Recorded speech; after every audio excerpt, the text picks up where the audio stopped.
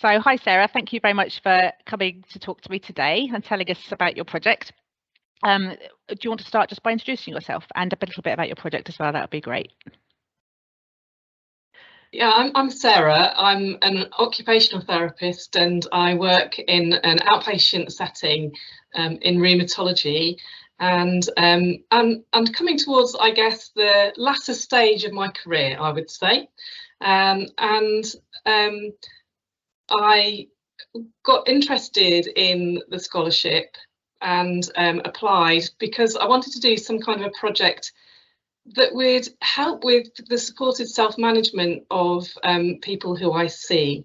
I thought we'd kind of create some videos and that would be a useful approach. And then once I looked into it, realised that actually there are patient organisations already doing that kind of work already, and had to change the focus of my project and had to think again, and kind of took more of a broad approach to thinking about the experience of the service user along the whole of the pathway, and this meant that my project needed to focus on the whole of the multidisciplinary team rather than simply looking at creating some videos that were to do with occupational therapy.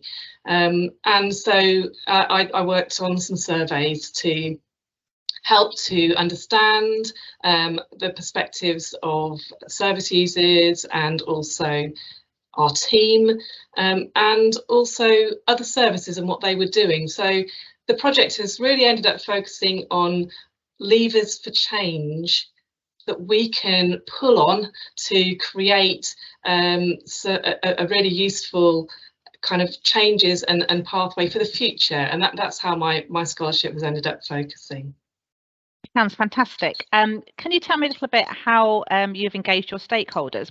How did you go about talking to people in your area? In a range of ways, really. Some of it, of course, was the multidisciplinary team who I already have contacts with, but some of those members of the team during COVID and with changes to services, and because our team isn't all within the same organisation, there'd been some fractures really in terms of how our processes were working. So it did involve, seeking out people and, conversations on the phone and actually going to see people, such as our podiatry department, for example, where we completely lost touch and staff had changed. So yeah, it needed some of that. I think as well, for me, the patient organisations have been really super important. They've been doing some really good work. And first of all, I started by listening to some podcasts and understanding what was going on, looking at some of their online material. And then simply by telephone was able to engage with some of the leaders within that organisation, and have since developed an ongoing relationship where we have Teams meetings regularly, because the patient organisations are so interested in the work that we're doing on the pathway, because they want what they're developing to be part of it. So yeah, lots of engagement really in different ways, and yeah. Fantastic. Can you tell me what you think the biggest challenge has been in this project, and how you've overcome it? How have you addressed your challenges? I think there's been lots of challenges, and I think the biggest one has been the constant changing kind of focus of the project itself, and a feeling sometimes like it's kind of the project's taking a life of its own, and I'm not necessarily entirely in control of that. I think for me, the whole way that the scholarship is set up and having the availability of the tutors and their responsiveness has been particularly helpful, so that when I've hit a low point, there's been somebody there who's been prepared to talk through an issue and a problem with me whenever I've needed it, and that's been good because there's been a team of people who are supporting with different skills and different availability, and yeah, the responsiveness has been incredible. So yeah, it's enabled me to kind of work through things. I think mentorship as well, although my mentor changed through the programme, and that was a challenge in itself. Losing contact with my, the constancy of having mentorship support, and the tutors have really filled that gap for me, I think. Thank you. Just to finish off with, can you tell me what your plans are following this project? What are your plans? Do you intend to do further projects? What do you want to do? I think the scholarship has really helped me to refocus where I am in terms of my career, and I feel at the moment what's most important is certainly not a research career, and I think what's important is working and encouraging others in my area to develop kind of critical inquiry skills.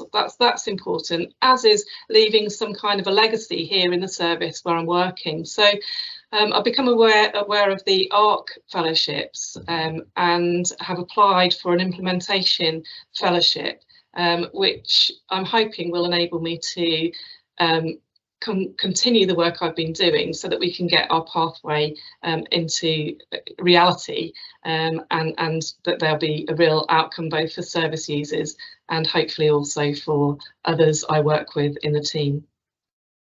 Thank you very much. Hi Chris, thanks very much for agreeing to speak today. So just start off by introducing yourself, if that'd be great. Thank you. Yeah, so hi, my name's Chris Blythe. I'm the Armed Forces Advocate at the James Paget University Trust. I started this role on the 9th of May this year. It's a brand new role being set up within NHS England, and it's been a trial. It's a 2-year project that's been trialled across 17 trusts around the country. Previous to that role, I spent 23 years in the British Army, starting off as a vehicle mechanic, and then working my way up to WO1 ASM and running workshops and projects for different parts of the organisation. I finished that on the 30th of April and then bounced straight into this job on the 9th of May. So a complete different world I'm now working in. Lovely, thank you. And so tell us a little bit about your project and the scholarship. So how did you get introduced to the scholarship?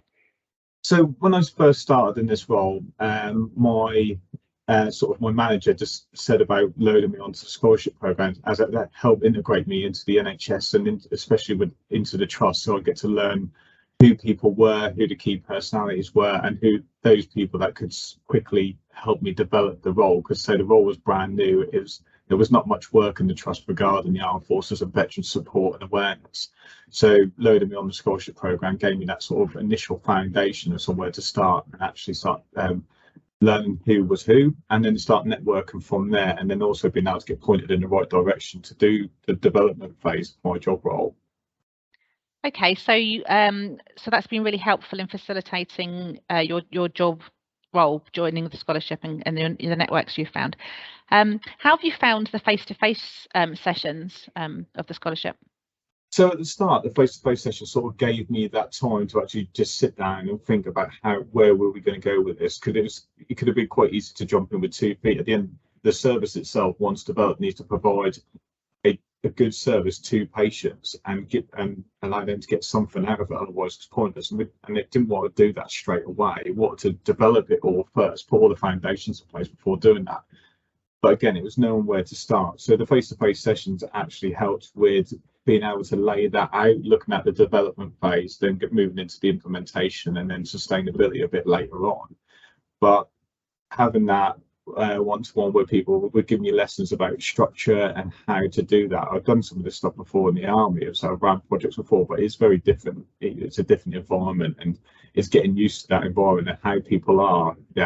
Obviously, the army, you can just generally tell people to do something, they do it.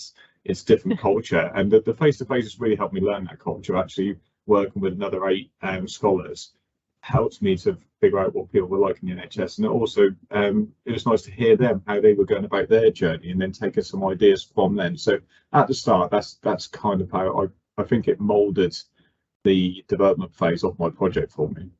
Great. And how what element of the scholarship has been the most useful for your project?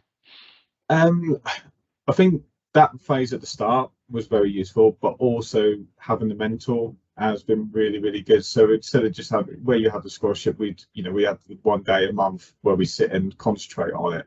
Actually, then having a meeting with my mentor every 2 weeks as well has really helped. And because my mentor was, I think, specifically chosen because she was non-clinical, which obviously I'm completely non-clinical as well. That was really good to talk to someone who I could relate to, and it's also someone that's been sort of embedded in sort of running the research and that part of the research team within the hospital. So they were able to give me a lot of pointers on, again, the development phase. And once we developed it, how do we then let's implement it? How do we go about that? And then moving forward, like I said, I'm still in touch with my mentor, and we're going to be looking at sustainability after this as well. So yeah, that's really, really helped. Just to have that half an hour where someone you can just talk and bounce ideas. I'm quite scatty with ideas. I have loads of them, and it was nice to have a mentor that could actually pull me back down to earth and say, well, why didn't we just concentrate on these areas this time, and then we can look at these areas moving forward. And it allowed me to then not overload my workload, and I could concentrate and do a few things really well instead of trying to do loads of things badly. But we still get all the things done because we just move it to another point and realise that not everything has to be done straight away. So I think that's been really good and taken, along with the sessions of scholarship, the day session, having that mentor there as well. Sort of between the two, it's really helped me just develop it over a period of time without getting bogged down and getting stuck. Brilliant, thank you very much. And just to finish with, what are your plans following the project to the end of the scholarship? So once we've got to the end of the scholarship, it is going to be looking at sustainability in year 2 of my project. So how do we make it so it can't, no one forgets about it and we just use it and it becomes business as usual within the trust. So we're going to look at how we can do that, and that'll probably be through more continuing to train staff and locking a few things within policy within the trust. After that, we're going to look at branching out a little bit into the GP surgeries and getting the awareness out to them. So when they feed into the hospital, we're already identifying the veterans or the service community personnel before they arrive. And so then again, everyone's sort of using the same systems, if you like, of identification. So that's where we're looking at for year 2. Fantastic. Okay, thank you very much for your time and talking to us today. No worries. Thank you very much for giving me this opportunity.